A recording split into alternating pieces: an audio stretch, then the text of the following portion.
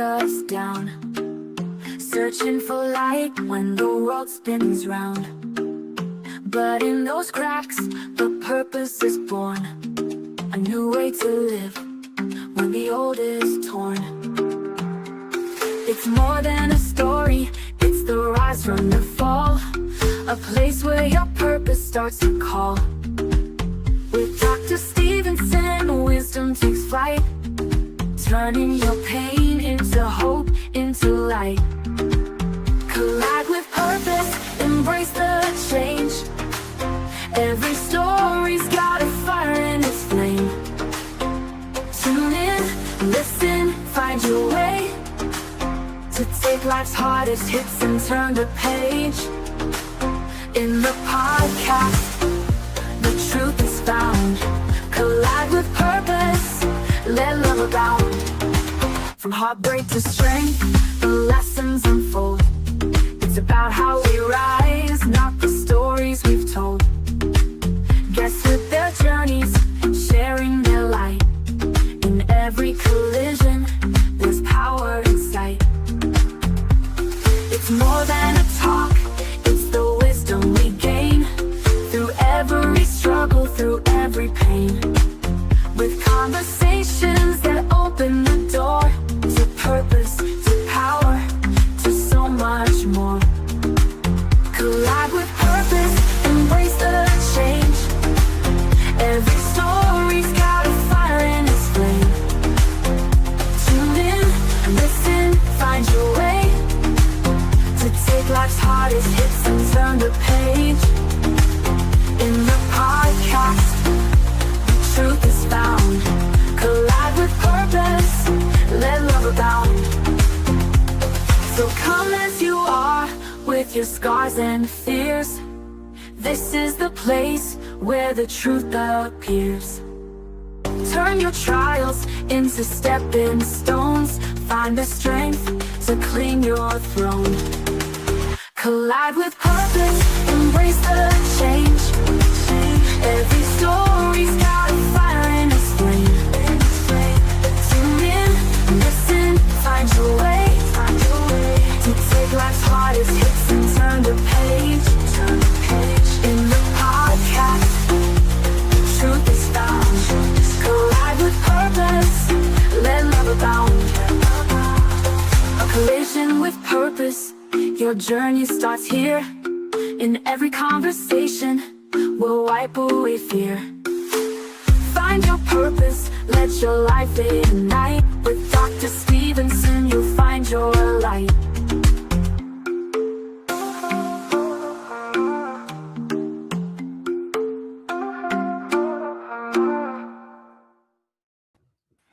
Good morning, good afternoon, good evening, good night, wherever you're joining us from today. Welcome. Welcome to Life Changing Conversations to Inspire Actions, the platform where stories don't just inspire, they challenge you to move. Tonight, we're not just talking about success, we are talking about discipline forging structure, leadership built under pressure, and a lifetime that transitioned from service to legacy. Our guest today represents excellence at the highest level of military service, leadership, and community impact. From the ranks of the Jamaica Defense Force to international peacekeeping missions, to building organizations that continue to impact lives even after retirement. This is a story of structure, sacrifice, and sustained purpose. So tonight I ask you, what does it mean to serve? And what happens when service becomes your identity? Let us get into it. Joining us today is retired Regulating Master Chief Petty Officer Garfield Rowe, a decorated military leader, community builder, and Amazon best-selling author. With over 3 decades of service in the Jamaica Defense Force, he rose through the ranks to Warrant Officer Class 1, serving across land, air, and sea, a rare and historic achievement. He has served on international missions, including the United Nations Operating Restore Democracy in Haiti, and has received multiple national and international honors for his service. Today, he continues to lead through organizations, mentorship, and his powerful book, revealing the hidden truth about life as a soldier. Ladies and gentlemen, welcome to the show, Master Chief Rowe. How are you, sir? I'm great, sir. Thank you for having me. It's my pleasure and it is esteemed honor to be on your show, sir. Thank you. And it's an honor to have you on. Reading your bio, I say, who is this man? Who is this man? And I think that's a great place to start our conversation today. Because before the titles, before the honors, there was a foundation. And every strong life is built on what most people never see. Master Chief, take us back to your early life. What shaped young Garfield Rowe? Sir, Dr. Stephenson, I grew up in a military parent. My dad was in the military. And at what point he was posted to the United Nation where he did his training, crossover training from a member of the band to a mechanic. And based on the system at the time, children under the age of 12 and if he was married would accompany him if the course was over a year. And so I lived in England for a bit of time in the early 70s. It was quite challenging. And what you call the prejudice was very high. And we were only black living in the community. At home, in the school, at church, we were the only black living in that community. So at that early age, the whole concept of discipline started to emerge as I had to have discipline to withhold the prejudice that was coming at me. But growing with a military parent, my father, and moving back into a park camp, because when my mother was trying to leave us in boarding school after my father ended his course, I decided that I didn't want to stay in England because of the prejudice at that young age as a child. So we moved back from the airport into a park camp where the structure of my life starts shaping as they would call it at the time, a Zulu. When you grow up in camp or hang around military base, they refer to you as Zulu. So, but that's where I actually started the foundation of the discipline. My father was a soldier, and he didn't mince words, and wasn't afraid in those days. Parenting, he wasn't afraid. So that's where I started from. Yeah, that's powerful. We share some things in common. We're both military men, both military men, and I also served in England, lived in England, served at RAF Meldon Hall, and you was there before me. You was in the 70s. I served in the 80s in England. So we do share some things in common there, and that was some experience that I had, and I'm sure your experience serving in all these different places was something special. Just give us a little bit about that. Share a little bit about your experience sharing in foreign countries. Again, as I said, we were the only black. The first time I saw another black child was when our school had a field trip and another school attended, and I saw only one other black child at the time. But I was constantly trying to defend my honor and my race, because, at that time, black and white, the segregation was real. It was very real and was very powerful. And so that is one reason why I opted to move back to Jamaica. And so coming back to Jamaica from living in England, I was a look forward for me. I was there with my two siblings, my two younger sisters. Well, one older sister and a younger sister. And because I was the only boy, I was the only one defending myself. I don't think that they had so much pressure as I did. But I was literally fighting periodically every day to defend my honor. So moving back to Jamaica actually, and into Upper Camp, shape another family bond where the military brats, as they would call them, grew up on a military base. I meet another set of kids that know structured, coming from, all of us had military parents. And so growing up in that environment started shaping who I was without even knowing that it was shaping my lifestyle and what would happen years to come. Very interesting, because I recall When I was in England, we had the Brixton riot, and the government had no clue how to deal with people of color. They were lost. So you're so correct in what you're saying. And I worked in race relations at the time on the base, and we had to go off base to help them manage some of their situations dealing with races and all the riots and stuff that was going on over there. So I'm sure that you had some interesting times there. But let's get back to our conversation here.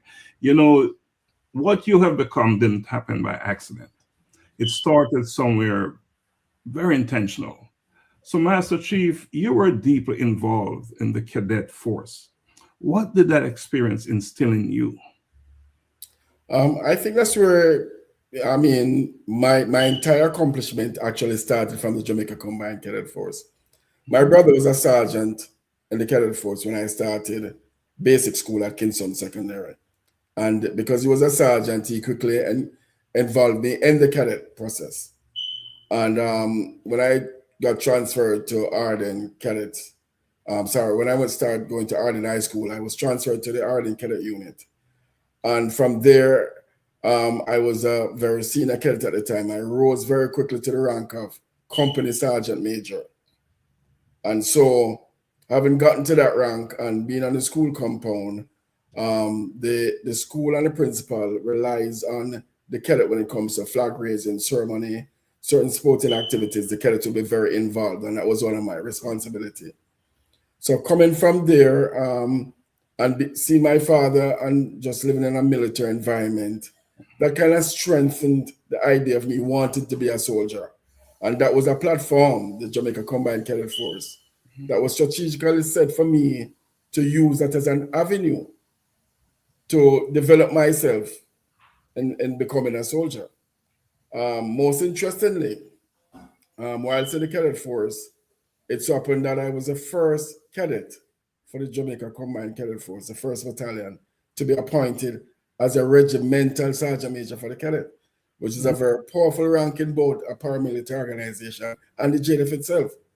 So being appointed the very first regimental sergeant major for the first battalion Jamaica Combined Cadet Force, that in itself gave me that platform where discipline, training and development, moral, self-esteem, esprit de corps, all of those factors was what was required at the time for you to be a strong leader. And in looking forward to join the JDF, this certainly was the platform to start from. Now, Master Chief, your achievement as the only cadet RSM did not happen by accident. There was some level of alignment happening there. What does discipline truly look like when it is developed early? Because there has to be some serious discipline exhibited by you. What does it look like? Well, most of my peers and subordinates saw me as a strong disciplinarian. I was very feared within the cadet force because I was very strict on discipline, just on deportment. Everything that came with structure was what I was bringing to the table at the time. And the person thought I was even taking it too seriously from a cadet perspective because, hey, we're just cadets, we're in school. But I took it very serious as if I was still in the military, and that's where I started out, by being a strong disciplinarian. My fellow cadets would tell me later on that, you know, they feared when I came on parade and they were not up to speed because they know that I would find them wanting. And, you know, they were, when I approached, some set of nervousness kick in because they know that I was a no-nonsense person. And so building from a military background, my father being in the military, growing along with other strong military personnel that I grew up with as my friends, parents, molded me in a way that this, you know, I start looking at structure from a very early age. And it helped me and grew me in becoming not just the first cadet to be appointed for the first battalion, but history would have it in JDF history and the Jamaica Combined Cadet Force history as the only cadet RSM from across the breadth of Jamaica to serve as a cadet RSM in the cadet force, join the military, and retain that prestigious rank. And a prestigious rank indeed. And that level of achievement should not be taken lightly. Should not be taken lightly. You know, I have worked with several schools in Jamaica. And one thing I noticed when I'm working with cadets, there's a certain level of discipline Yes. is exhibited with them and their ability to perform, not just in a disciplinary way, but academically as well. They seem to stand out. Is that your understanding as well? Yes. On the hand, you couldn't have a cadet that wasn't doing well in school. Mhm. You know, we always want, and especially trying to let them grow within the cadet force, because if you're in a paramilitary organization like the cadet force, we want to see you developing as you go up in the different levels in school. So in first form, you're a recruit. Second forms, you're a cadet. You know, by third form, you're an NCO, whether it be a lance corporal or a corporal. And so we instill in our cadets that not just being a disciplinarian, but from an educational perspective, we wanted cadets to set the standard within the schools as well. So they're looked up as educators as well as a disciplinarian. And that worked in our time, at least when I was a cadet. And I Yes, think that still continues today. absolutely. So, Master Chief, for those watching right now, especially young folks who are trying to find their footing, what is one habit you believe that can change their lives, the trajectory of their lives that they should integrate into their life? What is one habit you'd recommend? Add value all the time. Mhm. It's one of my pet peeves when I said add value, meaning that you should always learn to improve on what it is that exists Mhm. to make it more efficient and work for you. Oftentimes, we come and we see a system in place and we just adapt to the system. So Mhm. I would say to them, what if we could change that system to improve on its performance and improve on your performance? So let's begin adding value, because if you're not adding value, you're remaining constant. And if you're not adding value and you're not remaining constant, you might be taken away from that value system. So I've always said to my cadets, and when I joined the JDF, always add value. Always try to improve on something that exists for it to work more efficient and more effective. Mhm. So look where and find gaps There you and go. solutions. There you go, sir. That's what you're saying. Awesome. And that's just advice that not just for young people, but for everyone and For everyone. anyone. So thanks for sharing that. Very important. All right. So let's talk about growth through service, your growth through your service. And we know that leadership is not given, it is earned, and often is earned under pressure. And what we find that pressure reveals what discipline has built. Master Chief, you rose through every rank. What did each level taught you about leadership? Each rank that you went through, what did you learn about leadership through those ranks? Well, initially when I joined the cadet, it was a peer pressure coming from my dad, Mhm. um, who back then parents thought that they wanted their children after graduating school to be doctors and lawyers or pilots. So my three siblings before me were neither pilots or doctors. Um, but they didn't fall off the radar either. They just simply weren't what my father would have liked them to be. And Mhm. so I remember one day I had to go to him for lunch money, and he said something similar to these words, that he didn't have any lunch money to give me because it doesn't appear that none of us coming out to anything positive in life. No, that's not something you want to say to a child. But again, as I said, none of my three siblings before me were doctors, lawyers, or pilots. And that's what he wanted to brag about. And so I took offense to that statement that he made, because seven brothers, seven different minds. And if they didn't even become a doctor or a lawyer, who said that I wouldn't? So don't try to stop me in those tracks. So those words I use as stepping stones, those same words. And I told myself that I'm going to prove my father wrong. Mhm. And so that is where my whole everything I touched turned to gold, because I decided everything that I did, I wanted to do it at a certain standard and at a certain level in life. And so, those words really impacted my drive for success in everything that I did, so to speak. So leadership under pressure are not just words for you. You lived it. I lived it. I lived it.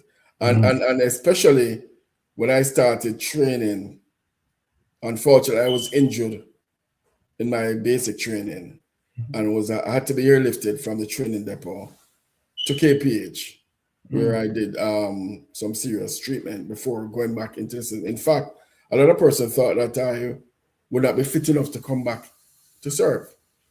But one thing I learned, that when I came back, not fully fit, because I was doing like physiotherapy 3 times a week for at least 3 years. And it set me back as a regimental sergeant major in the cadet. Coming into the military, I was being taken advantage of because they didn't see me as a real soldier. They saw me as someone that was healing. And so I suffered a lot by being overlooked for development. I was turned into a cook. I did all kind of odds and ends job that I didn't want to do because I wanted first and foremost to be a soldier. And so one of the things I had to do to get ahead was to mentally suppress my injuries and to tell myself that, listen, I'm not going to let this injury stop me from being where I want to be. So I stopped going to physio. I mentally suppressed my injuries and I forged along. And it was not until I got to the rank of regimental sergeant major, several years after that, I did the surgery that was affecting me, where I moved that disc from my lower back. Several years after, coming from the injury during my basic training. And we're talking about pressure. Under pressure. Under pressure, right? But here we are. You're here today. You sustained it and you did well with it. You made it work for you. From your dad. I decided not to give up. I decided that I wanted this and I was not going to allow any form of injuries prevent me from going where I wanted to be, because I still had something to prove to my dad. And what you're saying right now is so important. And I want you to say it again for those young folks who are listening, the ones who cave in so easily. How important is it for them to sustain whatever is coming at them? Because one thing about life, things are going to come at you. Pressure is going to come your way, but we must stand firm in the face of pressure. So I just want you to repeat, how important is it that we must not cave under pressure? You have to keep your eyes on the goal and your dreams. I remember the first time I was arrested. I don't like talking about this because I'm afraid of jail. But the first time I was arrested in the military was when they tried to turn me into a military cook. And I was taken from an environment where I was out in the field. But because of my ailment, they thought that putting me in the cook field would probably help more. The chef. And so I was detailed to go be a cook. And I told the corporal when I went to the class, he saw me being very lost in the field. And I said, what happened? I said, I don't want to be a cook. Because if I wanted to be a cook, I wouldn't join the jail. If I go to Pegasus or Wyndham Hotel, go look a chef job. And the corporal said I was insubordinate and arrested me. And so the regimental sergeant major at the time, who was a friend of my father, when he released me from jail, he said to me, listen, Rowe, whenever you get a course in the military and you're getting a certification, go ahead and do the course. You can figure your way out afterwards, but do the course. So I did the course and I cooked for a year. And as he said, I found some way to get out of cooking so I could go back to being a real soldier. And we're not saying being a cook. We're not saying that cooks are not soldiers, but I didn't want to be stuck in that field. I want to be able to patrol in the street and do those things that, real soldiers really do. It was not just for you, right? All right. So, rising is one thing, but leading is another. And again, we're talking about leadership here. So, Master Chief, what separates a leader from someone who simply holds a position? I had to go through a lot of that. I went through a lot of challenges because when I start leading, I was under severe pressure because sometimes my fellow regimental sergeant major who served in the same rank as I did, they wanted to move from the enlisted rank as a soldier to a commissioned officer. And so I figured that they would rather give up leadership to turn yes men so that they could be commissioned later on. And and that was not me. I couldn't do that. I like transparency. Leadership is something that is instilled in me where you lead from the front. You make unpopular decisions, right? You do things that if it's you alone making the right decision, I will stand alone making that right decisions. That's what my leadership taught me.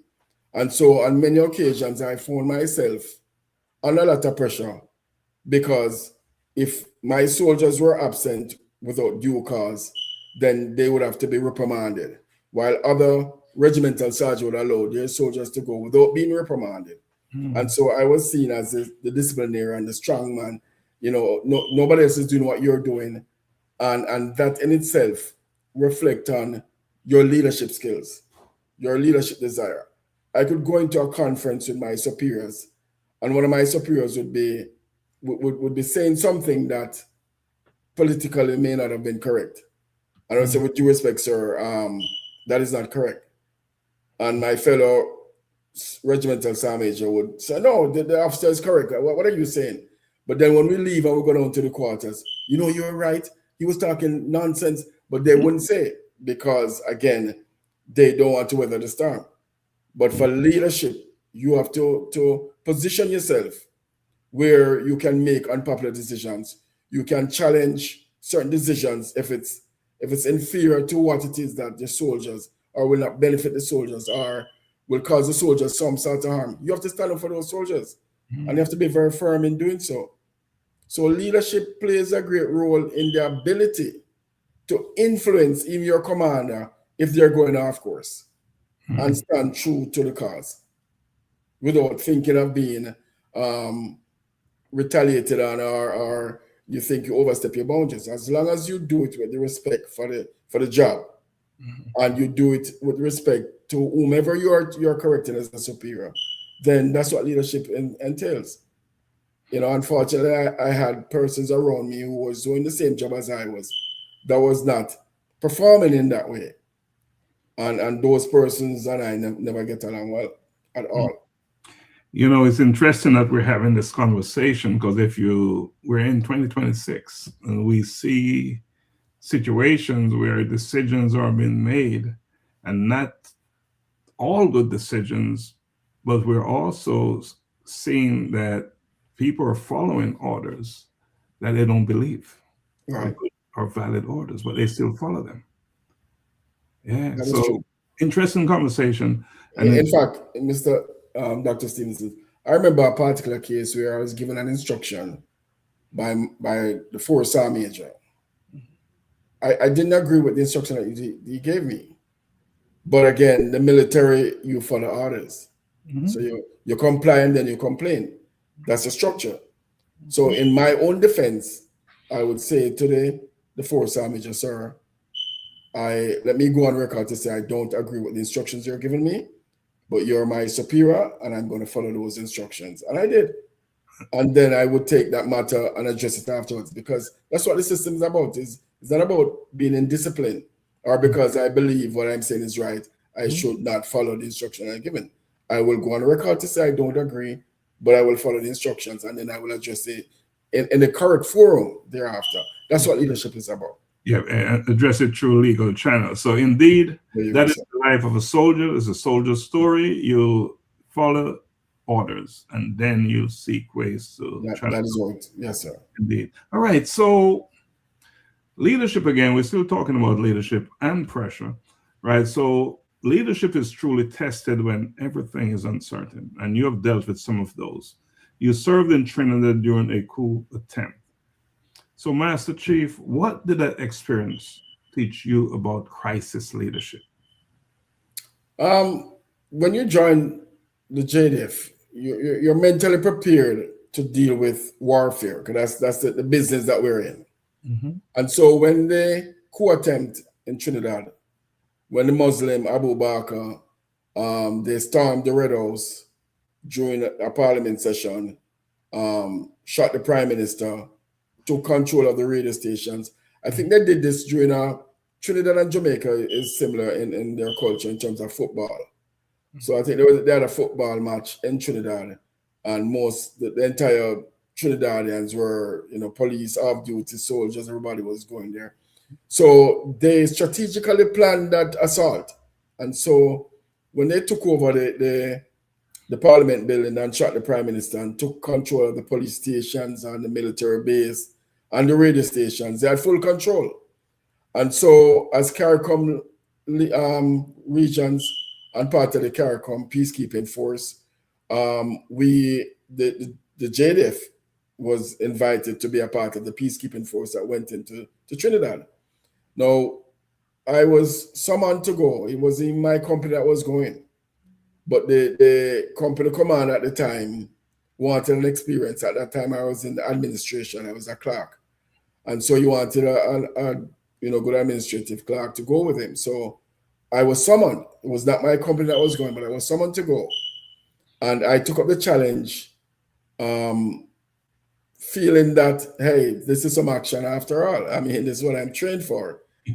So I wasn't, some people when they hear about war, they go and hide and they duck. And so I was looking forward to it because this is what I was all about, some to go and exercise my military standard and training, and to go and make a difference.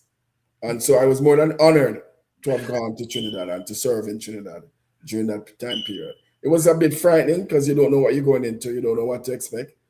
But mentally, when you train as a soldier and you're disciplined, then you apply yourself to the circumstances and just, adapt to the circumstances and the situation at hand, which is what I did. And I'm talking to a soldier here who did not want to be a chef because he wanted to be a real soldier, right? Yes, your words. And here again, there's this thing about a soldier that is a desire to see action. You don't feel complete, right? And when it comes, you want to definitely step into the game, right? And that's where you were. That's exactly where I was. Yeah. So interesting, amazing. But now, so you had to deal with crisis, and then there's global responsibility.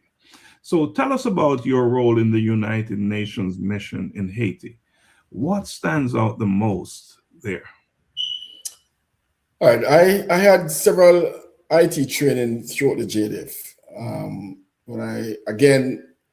As I told you, I was sent to several departments before I mentally took charge of myself. One of the things they said, okay, because of my injuries, they turned me to a cook. Then I went in the clerical field. From there, the world was being computerized in the 80s.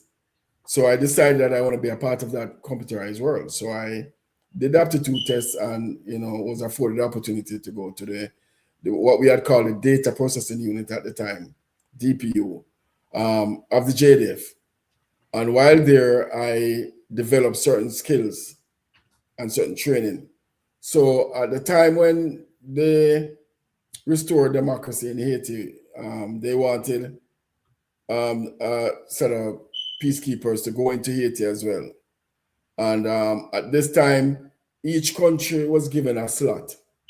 And JDF was given a slot for an information technology sergeant to warrant officer. Now, the warrant officer who was to have gone, he was getting ready to leave the JDF. And so I was given the opportunity to fill that slot in IT. But because of the training that we got in Jamaica, I went to a couple, we were self-taught in most cases, but then I went to vector design and I did some mainframes, repairs and all of that. And so when I got into Haiti, we were prejudiced against.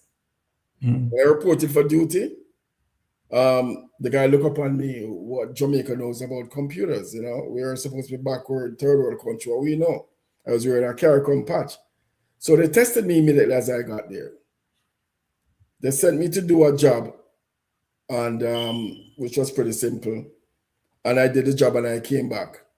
I eventually became known as a little Jamaican, the little black Jamaican that would refer to me, because based on my training through the JDF here and my experience, I went in there well prepared.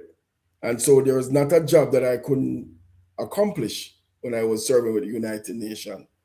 And so even the chief of staff of the military, who was a Canadian, and the general, who was from the US Army, there we had the United Nations civilian staff, and then we were there as a military staff. So the civilian staff would give us the equipment, we would configure them and distribute them. At that time, most soldiers just had a laptop to their desire, but didn't know to care for it. So we had a lot of misuse.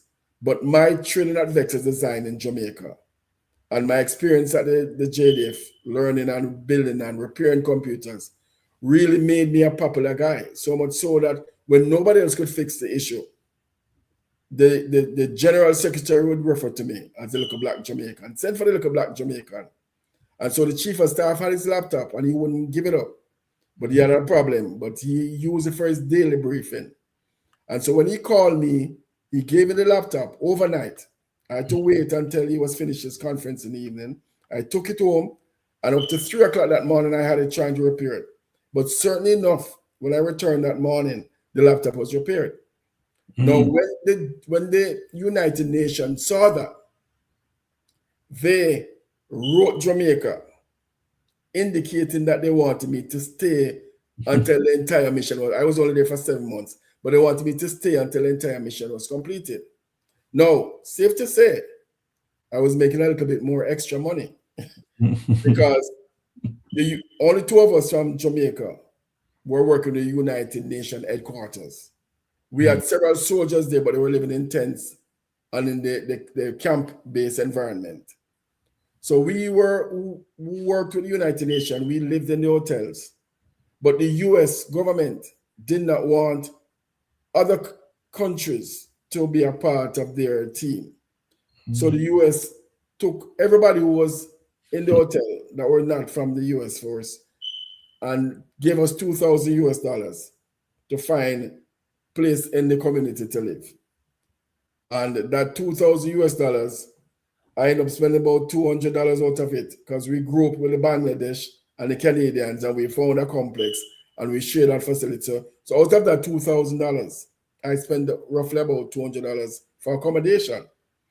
And what had happened is that we were still getting paid back home, and we were getting an additional $500 for every Jamaican soldiers in Haiti. So I was making like $2,000 more than everybody else. And that never went well with some of my colleagues. So when the letter came that they wanted me to stay, I believe the system didn't look more on my accomplishment that I rose the Jamaican flag high. They were looking more on how much money I was making at the time. And so they decided that I shouldn't stay until the mission was completed. I need to come back home. And that was a decision that was made by, because when Jamaica got the letter, they sent it to the chief of staff. The chief of staff sent a letter to my commanding officer. Luckily enough, I was making enough money that when I got my 2 weeks leave, I was able to fly to Jamaica. So he saw me an interview and he said, well, listen, we got a letter from the United Nations, but you know, these are some of the reasons why we can't let you stay, because you're looking to take over the IT department. The warrant officer is leaving. Your daughter is doing common entrance, and you know she need a father figure. And they told me every other reason why I shouldn't go. And then my command officer said to me, so what do you think? And I said, sir, with due respect, 6 and 1, half dozen the other. My tenure was for 7 months. If that time has come and I have to come back home, that's fine, sir. However, you know, I'm aware that everybody knows that I'm making additional funding, and I believe that's the reason why I'm not being sent back to the United Nations.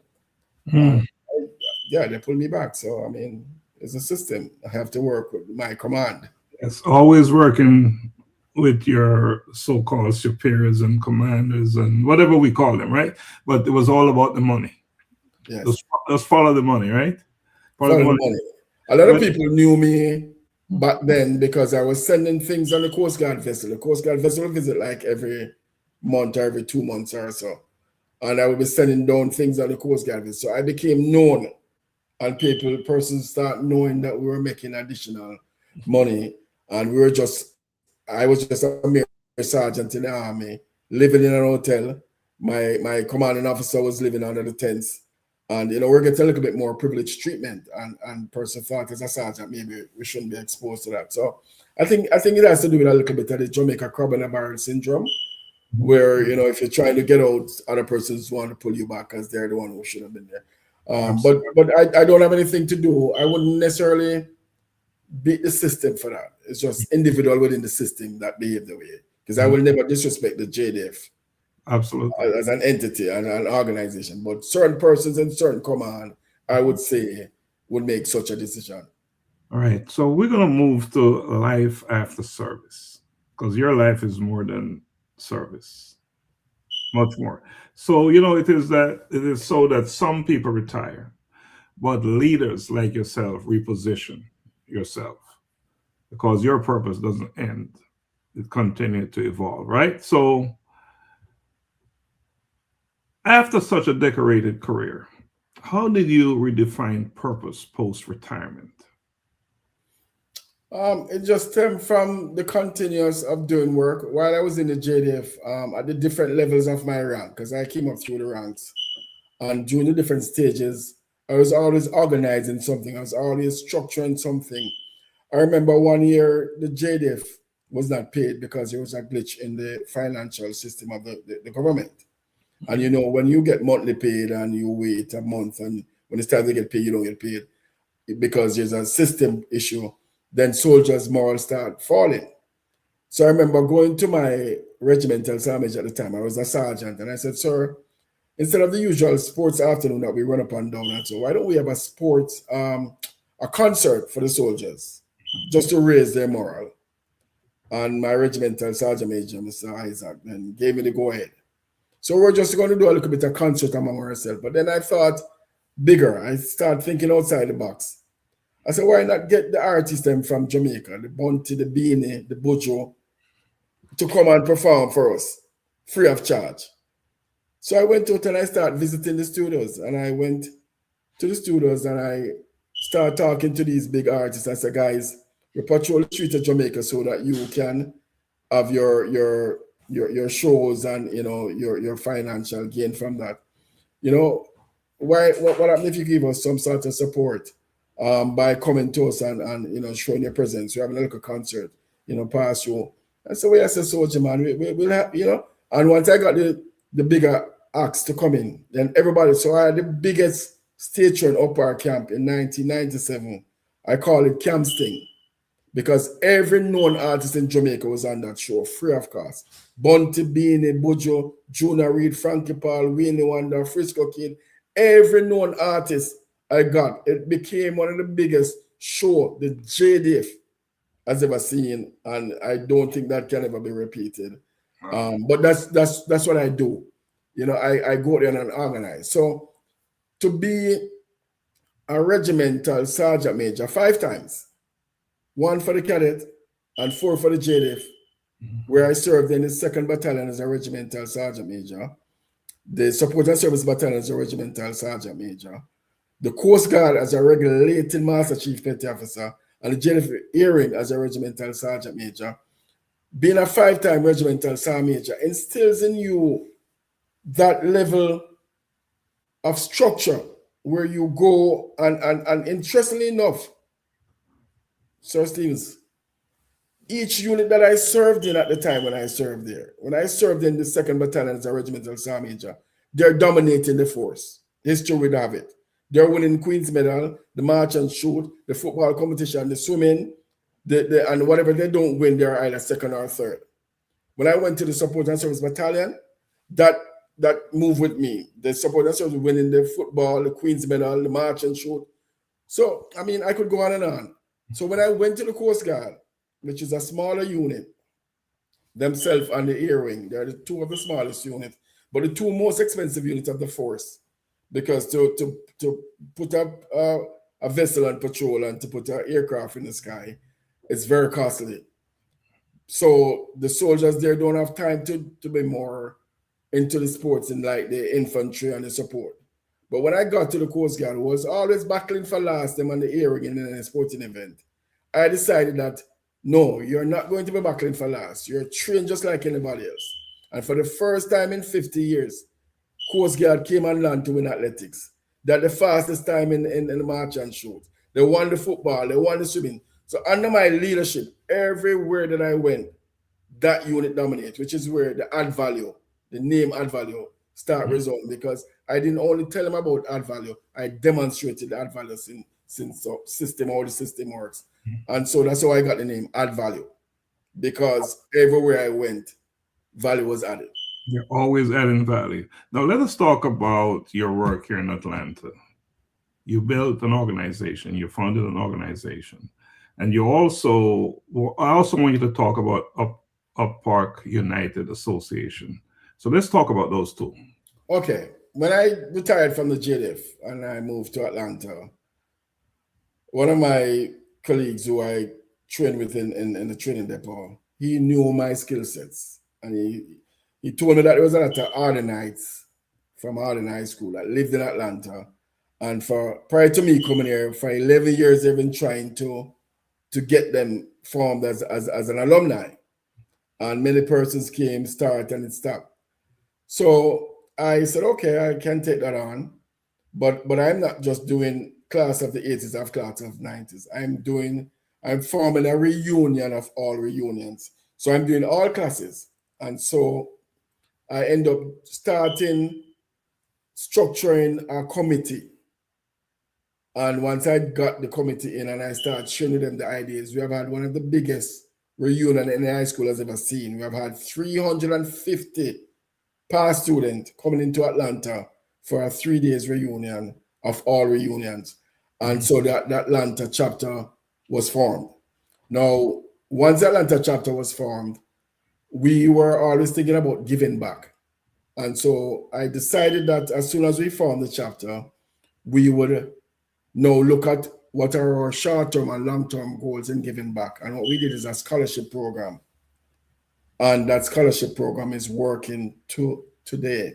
In fact, the first 2 students that we sponsored were the valedictorian for Arden, top student, for the 5 years that we had sponsored them.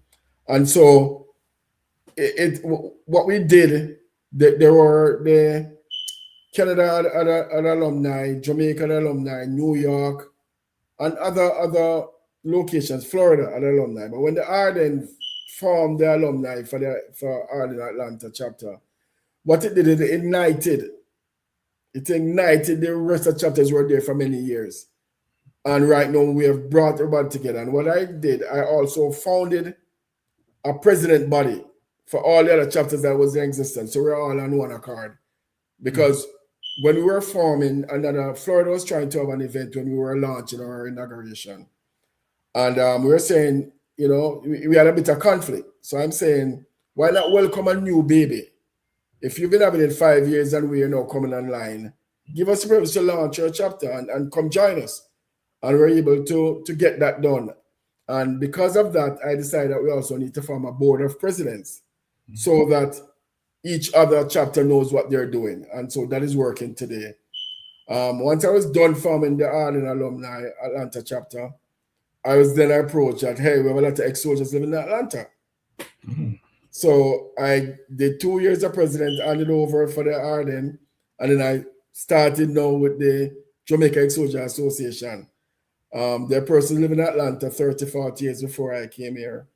And when I was asked, I said, well, okay, since I did the Atlanta and it was done so nicely, I was asked to do the Ex-Soldier Association. And that too was another major success. For inauguration launch, we had 240 persons attending a banquet, dinner dance, and an award ceremony. So it was, again, another major input to give back to fallen soldiers. Our soldiers are not doing so well. And so that driving me to not only serve and make an impact within myself, but to give back was a major part of my growing up and think that, you should always look from where you're coming. Don't throw stone behind you. And so doing that was another major success. I was then approached when I was getting ready to hand over the Jamaica Ex-Soldier Association to its new president. I was approached by the Jamaica Combined Cadet Force to form the Jamaica Combined Cadet Force alumni international body. And I said, guys, I'm tired. They said, well, I hear that you did the art and you did and there were major successes. And I said, okay, guys, what I can do for you, I will lead you as a foundation president for the first year, put the structure in place, using the template that I've used for Arden and the JDF, and I will just do that and add it over, which I did. So I formed the Jamaica Combined Cadet Force International Association alumni, and I handed over within a year, giving them the structure. And when that was done now, I decided that the kids that grew up in our camp, we needed to form another body as kids growing up in camp. And the idea came to me, and I reached out to some persons, form a committee, appoint a chairman, and we decided to form the Upper Camp United Alumni. And we're having a reunion in May 29th, 30th, and 31st in Jamaica, where it all started, back at Upper Camp. So that is something that I looked at again, and I said, you know, if we all grew up in camp, what is it that we can do to give back to somebody else, another soldier kid? And so we're doing this major launch where we'll be having a meet and greet on a Friday. Saturday, we will have tour Newcastle and some of the Kingston base for people who have left here so many years ago. And then we have a formal dinner dance at Curfew Place, where we award some campites who grew up among us and had made international impact, like John Barnes, who scored in the World Cup. We have Conscience, who is an international reggae singer. All of those guys grew up in our park camp. So we're planning to do an award ceremony for those persons attending. And then Sunday, we have a church service in our park camp, a tour of where we used to live in our park camp for persons to relive those moments. And then at the end of all of that, we want to form a scholarship program with the JDF Credit Union. That is in progress. That's something that we feel strongly about and everybody's on board with.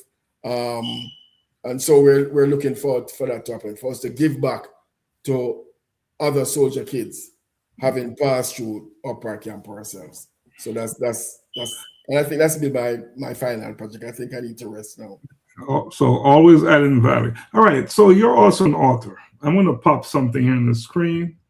And what's this all about? Revealing the hidden truth about life as a soldier.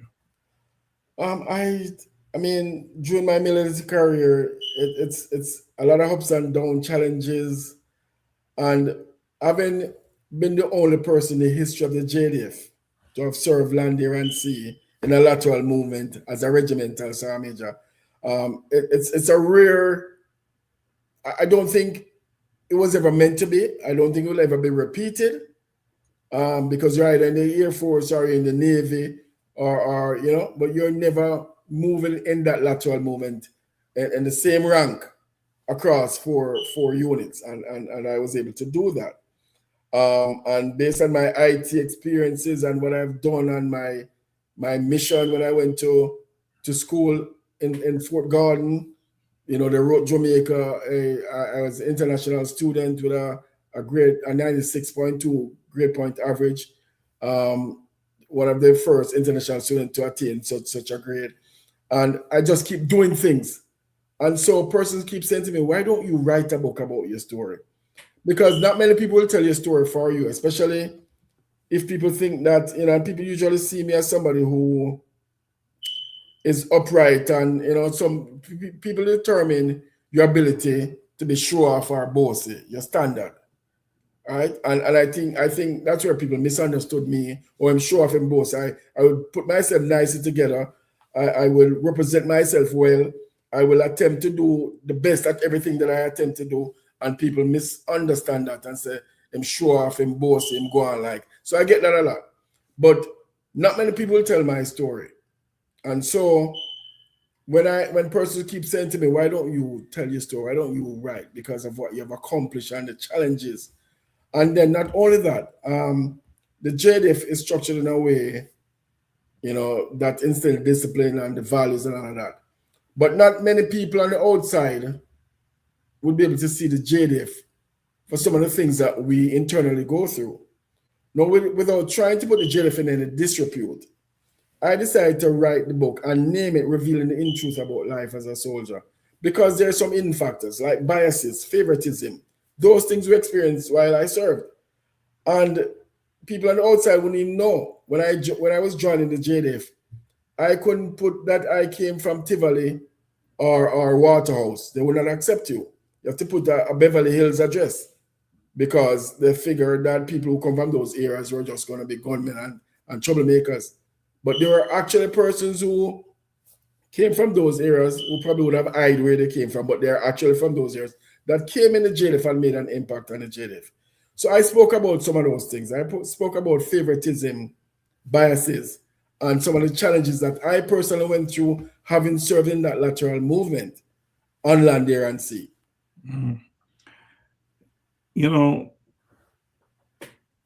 I'm going to answer this question. I want you to get into the camera as close as you can and identify one person, only one, who you credit for the person that you are right now, who supported you, who shaped you to become the person that you are right now. And I want you to call them by name and just say thank you to them. Well, truth be told, it's not just one person, so I'd be biased if I did that. But I can call two names specifically. One of the names is Colonel Daniel Price. Colonel Daniel Price was somebody who I knew when I was a young soldier. I didn't know him before, but he was one of the persons in the training depot when I was training as a recruit.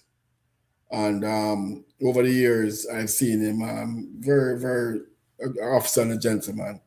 But he did something. He believed in me. And when I was in the Information System Center as a senior warrant officer for the IT department, I got to the IT department where I was maxed out in promotion. There was no other rank to attain as an enlisted soldier, so they had to commission me. I had to cross over to the officer corps, and I don't think they were ready for me at that stage. So I got to the stage where I thought that I could go no further. And so I did the regimental sergeant major course. And so when I went and I did the regimental sergeant major course, I came second on the course. And my battalion wanted a regimental sergeant major, but nobody was looking at me because I'm an IT guy. I'm fixing computers. So usually the regimental sergeant major comes from the infantry battalion or the training depot, right? And so I decided that, okay, I need to find out why is it that I'm not being looked at. Having done the regimental sergeant major course, you need a regimental sergeant major. I came second. So I went in front of my command officer, then Rocky Mead, who was CO commanding that battalion, and I requested an interview. And I went there and I represented myself. Sir, why is it that the battalion requires a regimental sergeant major? I did the course, I came second. And he said to me, well, there are other better candidates. So I asked him, sir, with due respect, what do you use to measure who is better than who? Because I did the regimental sergeant major course among all the top guys in the field, and I came second. So what do you use to measure who is better than who? And he rocked back in his chair, and he kind of, because he's been advised that you get regimental sergeant major from the drill sergeant of the infantry. So he's been advised. So when I said that to him, he really stopped and he thought about it. And from there was born an interview, RSM interview, because later on I was called on an RSM interview. And I went and I saw everybody that was potentially a regimental sergeant major type. And they had an interview put together. And at the end of the interview, a female sergeant who worked in the headquarters called me and said, Garfield, you topped the interview, but you're not going to be promoted because they have already earmarked some persons for the 3 vacancies that was existence, to include in my unit, but you're going to be in the next set of promotions. And then I got a call from Colonel Price indicating that he opted to take me from the IT department into the 2nd Battalion to make me his drill sergeant major. And so that's what gave me the opportunity from the drill sergeant major to become an RSM.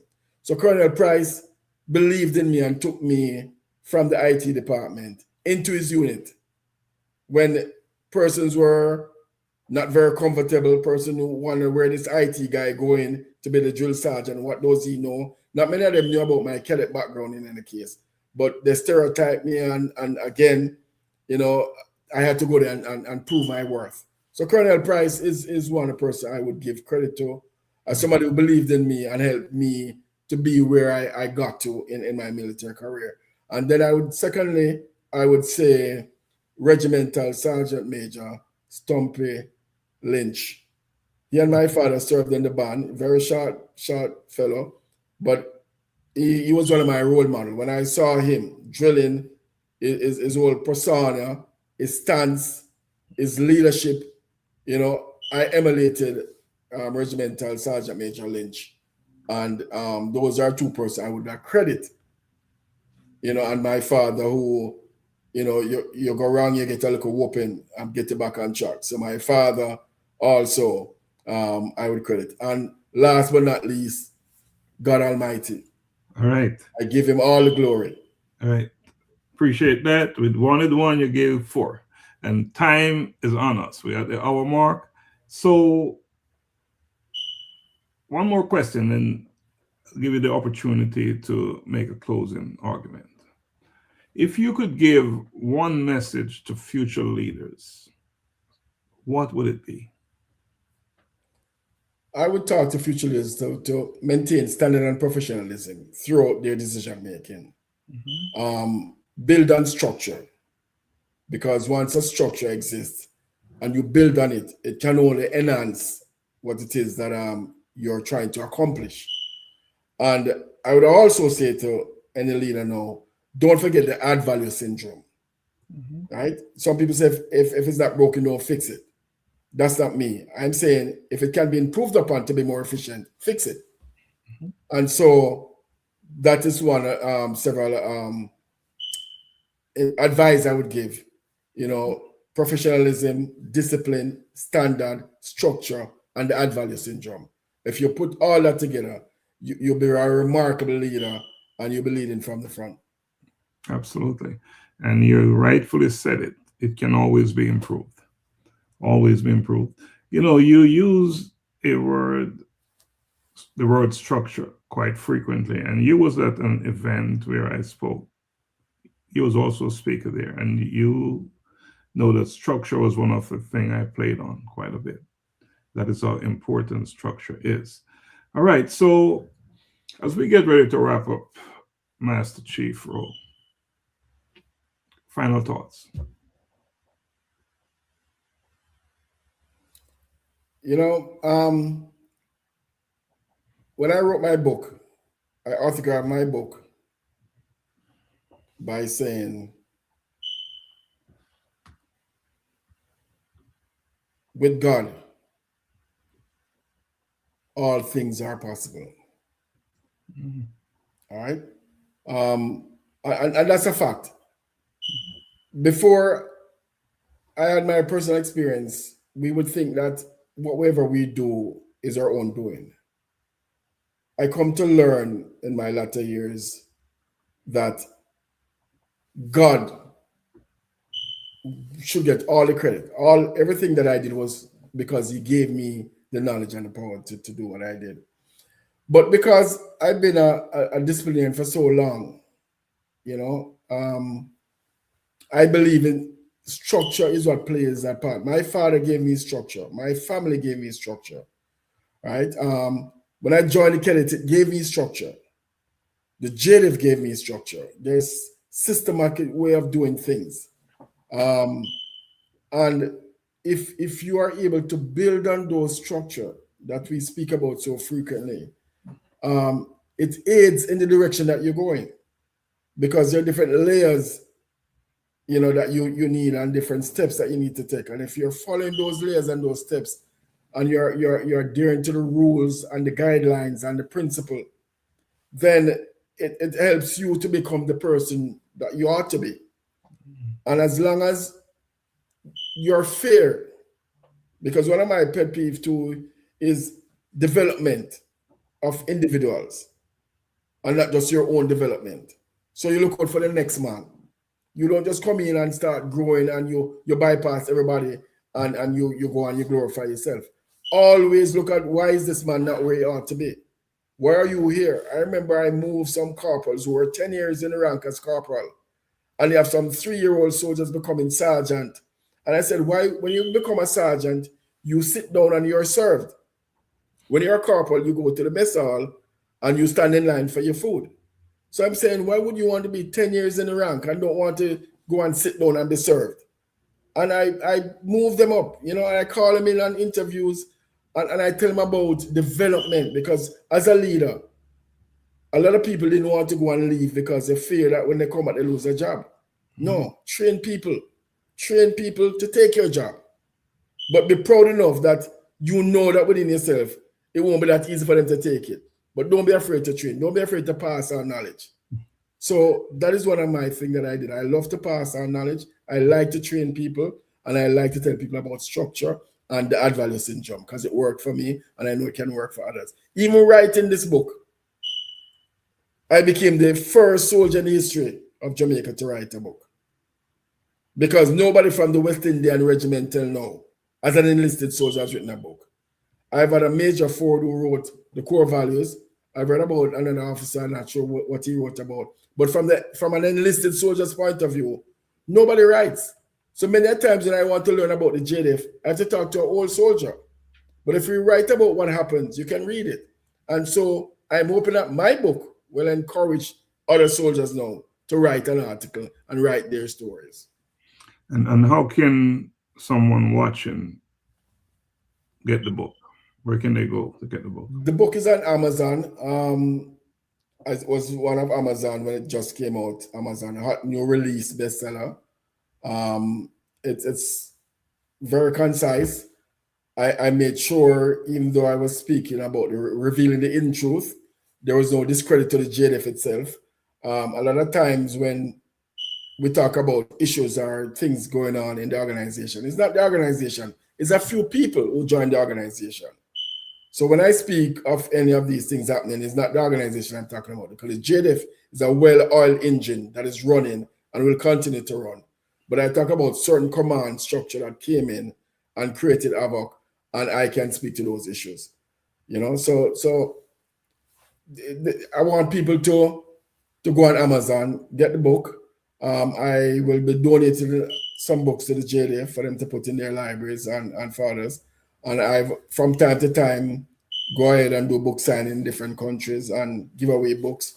But it's on Amazon, Barnes and Nobles, and there's a barcode that takes you to Stripe, which is another platform that you could purchase a book. Just means that I would have to mail it to you if you scan the barcode there. But if you go on Amazon, you'll see the book in both the Kindle version and the hard copy. All right, so go out there and get your copy. Must read. All right, so man, it's time is up. Way past the hour. All right, so first let me say thank you, Master Chief Garfield Rowe. You've shared wisdom, knowledge, and you're not just talking, you walk your talk. You know, you've lived it. I just want to say tonight, we didn't just hear a story. We witnessed what happens when discipline becomes identity, when service becomes purpose, and when leadership extends beyond uniform into legacy. Master Chief Rowe, he reminded us of something powerful. He reminded us that you don't rise by chance, you rise by structure. And he's used that word, if I was counting, probably 200 times tonight. And that's so important it is, structure. You don't lead by title, you lead by example. And he is that example. He's led throughout his military career by example and after service by example. And you don't leave a legacy. And I just want to say that one again. Too many times we believe that what we're doing is leaving a legacy. You are building a legacy daily. And that is where we need to focus, and not focus on leaving one, but building one. So the question that I asked him today is, what will you do with the information that was shared with you tonight by Master Chief Garfield Rowe? What will you do with the information that was shared with you? Because information consumed and not used is useless. Would you agree with that, sir? That is true, sir. That is totally true. Information consumed and not used. This is life-changing conversation to inspire actions, where we don't just talk, we move. And my guest tonight is the one and only Master Chief Garfield Rowe. And sir, I give you the last word. One of the questions that people ask me all the time, which unit of the 4 unit that I served as in the lateral movement, land, air, and sea, which unit would have been my favorite unit? And I would repeatedly say the Coast Guard, because the Coast Guard is, the culture is different, the dress is different, the structure is different. I had to kind of relearn a lot of stuff when I went to the Coast Guard as a regulated Master Chief Petty Officer. And it was quite challenging. But what happened was that even though the Coast Guard thought I was coming there to regiment their structure, they didn't want me over there because they thought I was coming to regiment what they were doing, and they were kind of freelance and a laid-back unit. But I went and I added value, so much so that they end up appreciating the fact that I was there. So the Coast Guard was different, was challenging. I had to learn a lot of things all over to manage the process. But I give credit to the commanding officer at the time, Commander Ching Fang, who gave the entire briefing so that I could hit the ground running. And so, Coast Guard to date, which is why I adorned that uniform on the front of my book. But all in all, the JDF has its purpose. The JDF has brought out a whole lot of leaders in this country.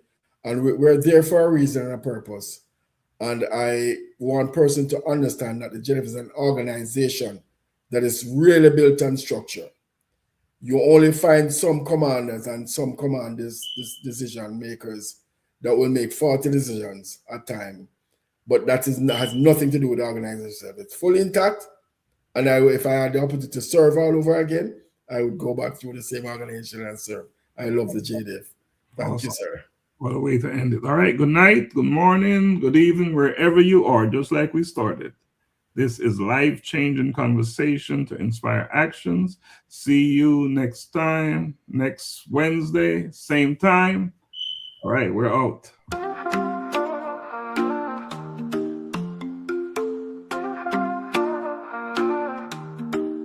We've all had moments that break us down, searching for light when the world spins round.